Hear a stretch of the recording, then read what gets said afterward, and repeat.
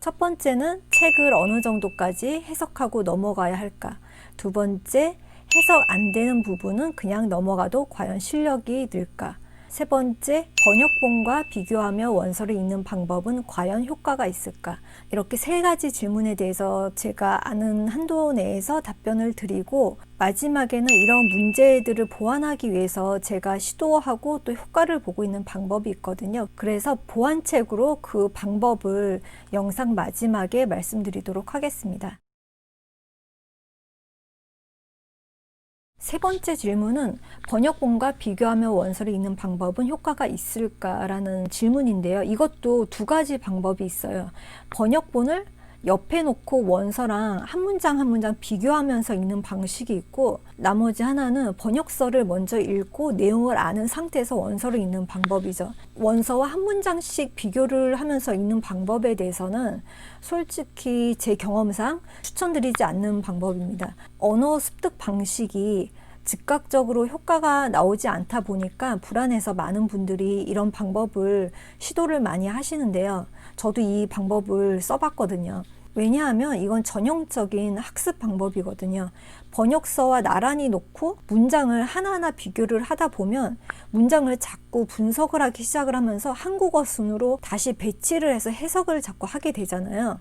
영어 원서를 읽을 때는 영어 어순으로 문장을 처음부터 끝으로 순서대로 쭉 읽으면서 이해를 하는 게 버릇이 돼야 되는데, 문장을 앞뒤로 왔다 갔다 하면서 한국어 순으로 다시 재배치를 하고 해석하는 버릇이 되면 이거는 영어를 영어 자체로 받아들이는 게 아니고 영어를 다시 한국어로 바꾸는 한 단계를 더 거치게 되는 거죠. 영어 홈스쿨링 하시는 분들도 아이가 영어 문장을 한글로 해석하게 해야 되냐고 물어보시는 분들도 있는데, 영어는 영어 자체로 받아들여야 합니다. 아이가 책을 이해했는지 못했는지 정 궁금하시면 다 읽고 나서 그 스토리에 대해서 말해보라고 하거나 아니면 뭐 퀴즈를 풀어보는 게 낫지, 그 자리에서 문장 하나하나를 한국말로 다시 해석하게 하는 거는 좋은 방법은 아닌 것 같아요. 물론 처음 읽는 초보자가 이렇게 영어 어순으로 그대로 문장을 처음부터 끝까지 쭉 읽어 나가는 게 힘들 수도 있고, 어떤 문장은 한 문장이 5줄, 6줄이 넘어가고 너무 문장 구조 자체가 복잡해서 헷갈리기 시작하면서 이 문장을 찬찬히 뜯어봐야 되는 경우도 있고, 그래서 분석을 하게 되는 경우도 종종 있는데, 이런 경우를 제외하면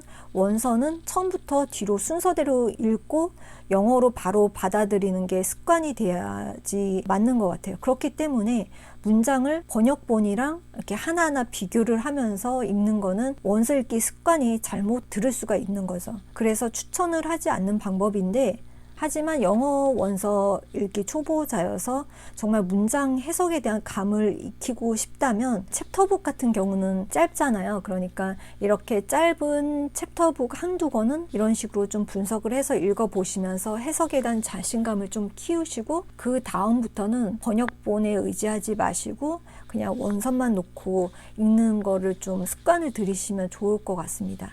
번역본을 먼저 읽고 원서를 읽는 방법도 있는데요. 이거는 아까랑 비슷한 것 같으면서도 좀 다른 방법이에요. 번역본과 책을 한 문장 한 문장 비교를 하는 게 아니고, 먼저 번역서를 읽고 내용을 어느 정도 아는 상태에서 원서를 단독으로 읽는 거잖아요.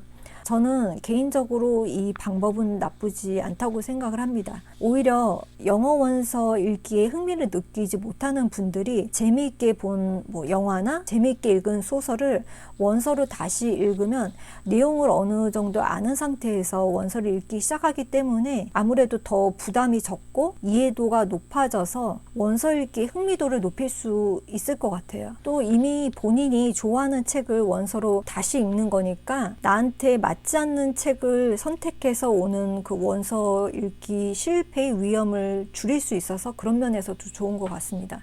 그런데 여기서도 조심할 점은, 집에 번역서가 있기 때문에 원서를 읽다가 답답하면 자꾸 번역서를 꺼내와서 또 한 문장 한 문장 비교를 하면서 읽게 되기가 쉽거든요. 그러면 아까 처음에 말씀드린 방법이랑 너무 같아지니까 자꾸 꺼내와서 비교하는 것만 피하시면 좋을 것 같아요. 물론 정말 필요한 문장 몇 개는 비교해서 좀 궁금한 부분은 해결하고 넘어가는 것도 나쁘지는 않지만, 또 이게 너무 과해지지 않도록 좀 조절을 하는 거는 필요할 것 같습니다.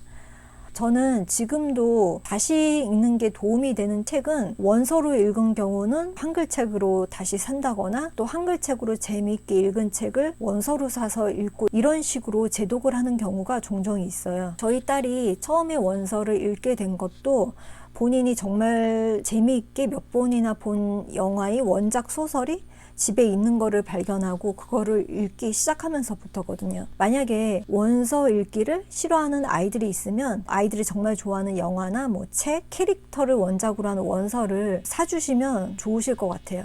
지금까지 3가지 질문에 대한 답변이었고요. 마지막으로 아무리 그래도 완벽하게 해석을 하지 않고 넘어가면 왠지 찜찜하고 이렇게 읽어도 되나 갈등이 생기는 분들을 위해서 제가 좀 보완할 수 있는 방법을 알려드릴게요. 다독을 해 나가시면서 그 중에서 몇 번이고 다시 읽어도 좋은 책을 발견을 하면 그 책을 100% 마스터하는 방법입니다. 제가 이 방법은 원서 한 권 10번 반복해서 읽기 그 영상을 링크해 드릴게요. 보시면 이해가 가실 거예요. 간단히만 설명을 드리면 내가 좋아하는 책 한 권을 무한 반복해서 읽으면서 모르는 단어도 100%다 찾아서 외우고 문장도 100% 이해하고 넘어가고 오디오북도 듣고 필사도 하고 이렇게 다각도로 좀 완벽하게 책을 소화하는 거예요. 저는 이걸 책 한 권을 씹어먹는다고 표현을 하는데 다독을 해 나가시면서 책 한 권을 골라서 이 방법을 병행하시면 다독과 정독의 효과를 동시에 누릴 수 있게 되잖아요. 새로운 원서도 계속 읽어 나가시면서 책 한 권을 이렇게 무한 반복을 하려면 동시에 책을 2권을 읽어야 되는 거니까 너무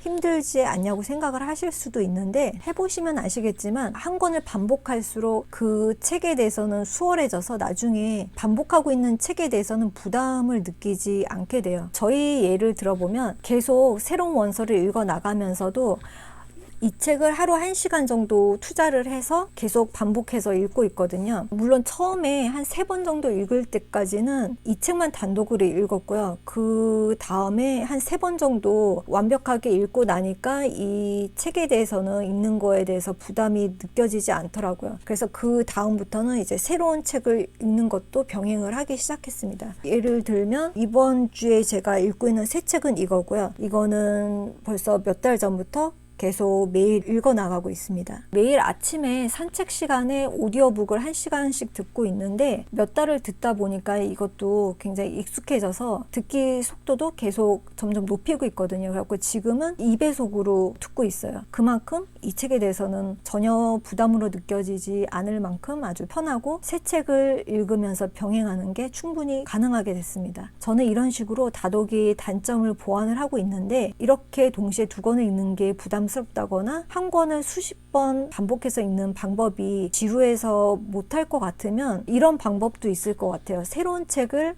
한 10권 정도 다독으로 읽어 나갈 때마다 한 권은 정독으로 읽기 뭐 이런 식으로 규칙을 정해 놓으면 다독과 정독을 적절하게 병행을 할 수 있는 거죠. 이렇게 하면 100권 읽을 때마다 10권은 정독을 하게 되잖아요. 그러니까 다독을 통해서 빠른 속도로 영어에 대한 감을 익히고 또 정독을 통해서 좀 더 모자라는 부분을 채워나갈 수 있고 오늘은 영어 원서 읽기를 시작하는 분들이 읽어 나가시면서 궁금해하시는 질문 몇 가지를 정리를 해서 말씀을 드렸습니다. 이 영상이 도움이 되셨다면 구독과 좋아요 꼭 눌러주세요.